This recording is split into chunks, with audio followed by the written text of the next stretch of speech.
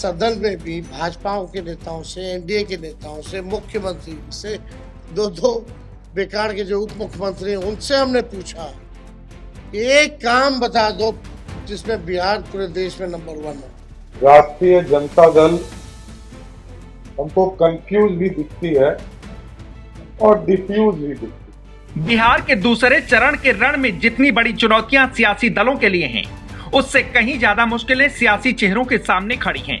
इस दूसरे चरण की जंग में कई ऐसे सियासी दिग्गज हैं जिनकी साख दांव पर लगी है। बात चाहे एनडीए खेमे की कर लें या फिर महागठबंधन की या फिर अपने दम पर ताल ठोकती जनसुराज की, सभी दलों के बड़े चेहरों के भाग्य का फैसला जनता को करना है। बिहार में दूसरे चरण का चुनाव प्रचार थम चुका है। अब सियासतदानों की आवाजाही डोर टू डोर दिखाई दे रही है। 11 नवंबर को दूसरे चरण की वोटिंग 20 जिलों की 122 विधानसभा सीटों पर होनी है। इस अंतिम जंग में एनडीए के 122, महागठबंधन के 126 प्रत्याशी चुनावी मैदान में हैं। इसमें भाजपा के 53, जदयू के 44, लोजपा रामविलास के 15, राष्ट्रीय लोक मोर्चा के 4 और हम के 6 प्रत्याशी शामिल हैं। वहीं राजद के 70, कांग्रेस के 37, वीआईपी के 8, सीपीआई एमएल के 6 और सीपीआई के 1 प्रत्याशी के भाग्य का फैसला दूसरे चरण के मतदान में होना है।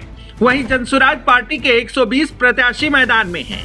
दूसरे चरण की इस फैसलाकुन जंग में जिन दिग्गजों की प्रतिष्ठा दांव पर लगी है, उनमें पूर्व उप मुख्यमंत्री तारकिशोर प्रसाद, रेणु देवी, मंत्री विजेंद्र यादव, नीतीश मिश्रा, प्रेम कुमार, कृष्ण नंदन पासवान, प्रमोद कुमार, शीला मंडल, लेशी सिंह, जयंत राज, कांग्रेस के प्रदेश अध्यक्ष राजेश राम, लोजपा रामविलास के प्रदेश अध्यक्ष राजू तिवारी की प्रतिष्ठा, राजद के वरिष्ठ नेता उदय नारायण चौधरी, रालोमो के प्रमुख उपेंद्र कुशवाहा की पत्नी स्नेहलता, कांग्रेस के विधायक दल के नेता शकील अहमद खान, भाकपा माले के विधायक दल के नेता महबूब आलम जैसे दिग्गजों के नाम शामिल हैं।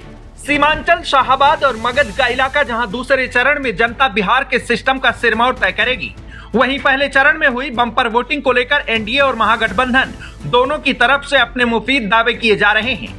तेजस्वी यादव तो पहले चरण से फुल कॉन्फिडेंट नजर आ रहे हैं और दावे कर रहे हैं कि इस बार जनता बिहार में सत्ता में परिवर्तन के लिए तैयार है। बिहार जो है सबसे विकसित राज्य जो है वो बनेगा। 20 सालों में केवल सुर्खियों में रहता है, सफलताओं में कहीं आप देख लीजिए। इवन सदन में भी भाजपा के नेताओं से, एनडीए के नेताओं से, मुख्यमंत्री से, दो बेकार के जो उप मुख्यमंत्री हैं उनसे हमने पूछा कि एक काम बता दो जिसमें बिहार पूरे देश में नंबर 1 हो। किसी के पास जवाब नहीं।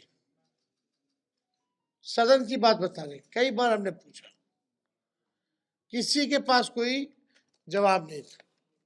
लेकिन अब जो है 14 तारीख के बाद बिहार जो है सफलताओं में गिना जाएगा। सबसे विकसित राज्यों में बिहार जो है गिना जाएगा। हालांकि एनडीए खेमा भी पूरी तरह कॉन्फिडेंट नजर आ रहा है। पहले चरण के बाद दूसरे चरण में भारी वोटिंग की अपील के साथ प्रचंड जीत की ताल ठोकी जा रही है। बिहार में राष्ट्रीय जनता दल हमको कंफ्यूज भी दिखती है और डिफ्यूज भी दिखती है। और कंफ्यूज इसलिए मैंने कहा कि राष्ट्रीय जनता दल के नेता लालू प्रसाद जी के दूसरे प्रतिनिधि तेजस्वी यादव पिछले जनवरी से घोषणा कर रहे, जनवरी से लगातार मैनिफेस्टो जारी करते थे। फिर उन्होंने मैनिफेस्टो जारी किया, फिर 4 तारीख को नया मैनिफेस्टो जारी किया। इसलिए मैंने कहा कि राष्ट्रीय जनता दल कंफ्यूज भी है और डिफ्यूज भी है। दूसरे चरण के माहौल और समीकरण सियासतदानों के लिए किसी चुनौती से कम नहीं है। सीमांचल, शाहाबाद और मगध के ऐसे इलाके हैं जहां जातीय वोट बैंक का बोलबाला माना जाता है और जातीय आधार पर वोटरों को अपने पाले में लाने की कवायद की जा रही है। सबसे बड़ा अंतर मुस्लिम वोट बैंक को माना जा रहा है, जहां 24 सीटों पर मुस्लिम वोटरों की संख्या बहुतायत है। सियासी जानकारों का कहना है कि अगर इस वोट बैंक पर AIMIM और महागठबंधन के बीच वोटरों का बंटवारा हुआ तो तेजस्वी की राहें कठिन हो सकती हैं।